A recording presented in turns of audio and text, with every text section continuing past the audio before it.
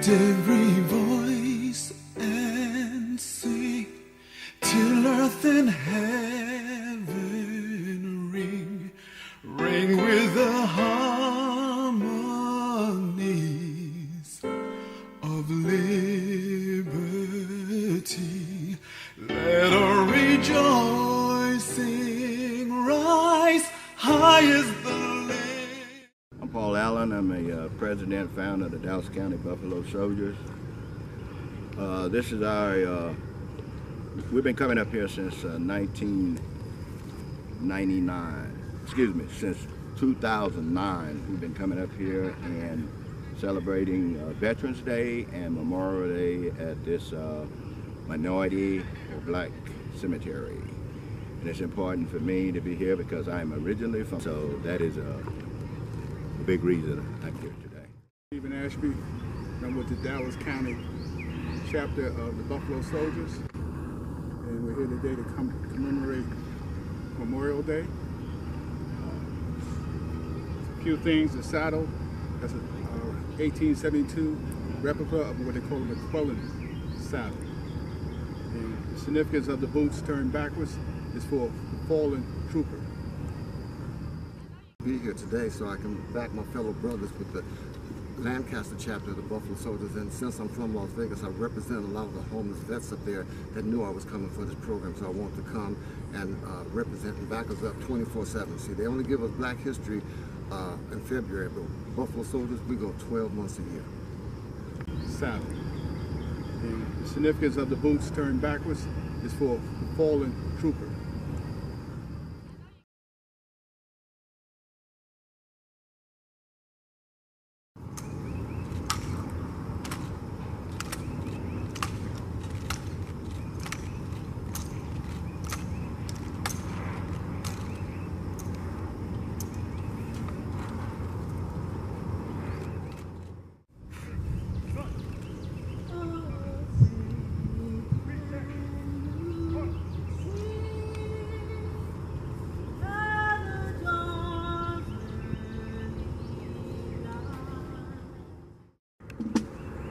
Sam Fields, Zandy Foster, Army.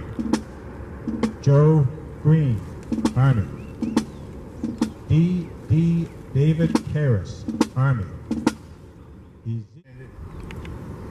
Because it's the first time African Americans came into the military in significant numbers. This was ordained by the federal government. Although African Americans fought in every war that America has been involved in, not until the Buffalo Soldiers came into the military that was actually sanctioned by the federal government. And these soldiers were a pivoting instrument in the 13th Amendment. Matter of fact, they were pivoting instrument in the Emancipation Proclamation and the end of slavery. And so the 13th Amendment and the 14th Amendment and the 15th Amendment, amendments that we still deal with today that we have to go back and relate to. I know, studying the Buffalo Soldier history and studying the environment that they operated it in, they would be very pleased, very happy to see all of your faces here, mixed faces, mixed races here today. This is what they fought for. This is what they fought for. This is why we continue to fight. And this is why that we come up to the cemetery to help the Flo, Dolph, Mr. Viner, and all the other people who started this gravesite. African Americans, most of Africans that came to America came from West Africa. When you study the West African history, you discover that graves were very important to them. Very important. When they passed, all of the possessions that they held dear were half buried with them. So they took care of their graves. So we, as African Americans here today, got to get black people out to start taking care of the graves.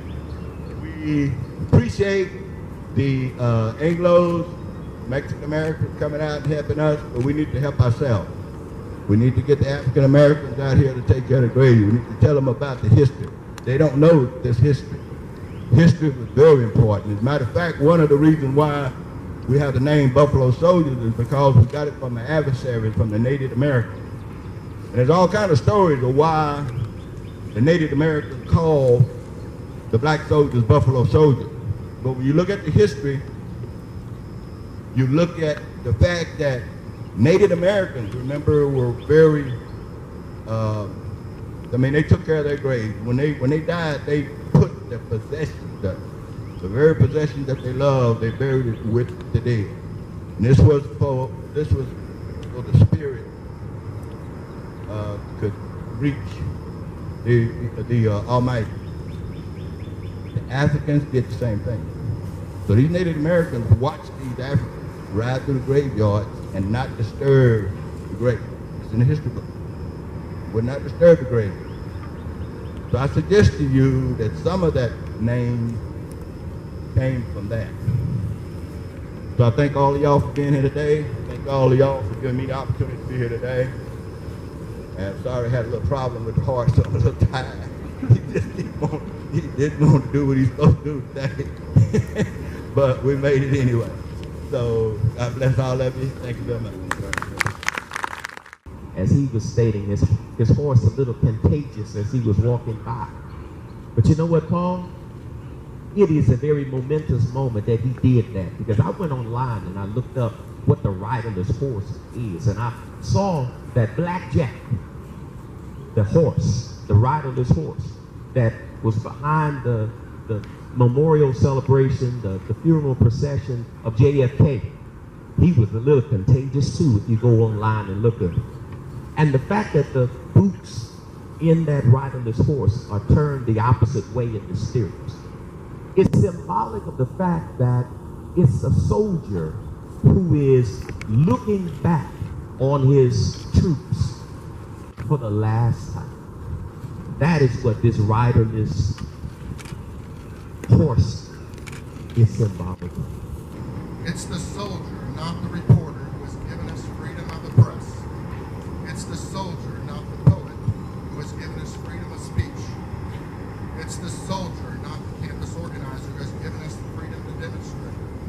It's the soldier, not the lawyer, who has given us the right to a fair trial. And the majority of my family are buried here at Rome Cemetery, including my daddy, Mr. Samuel Thornton Sr., who was a veteran of World War I. In 1999, a friend of mine, Mr. Willie J. Dr. Willie J. Watt, a city councilman, asked me if I would help maintain. Brooks, Vietnam.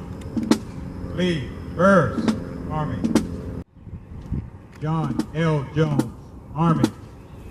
Lawrence.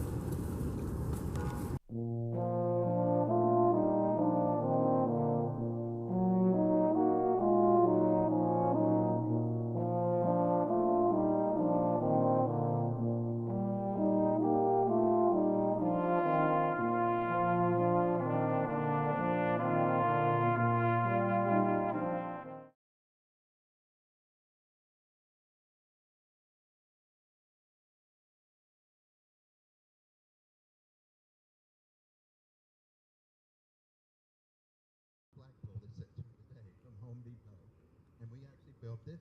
Every year since then, I've always made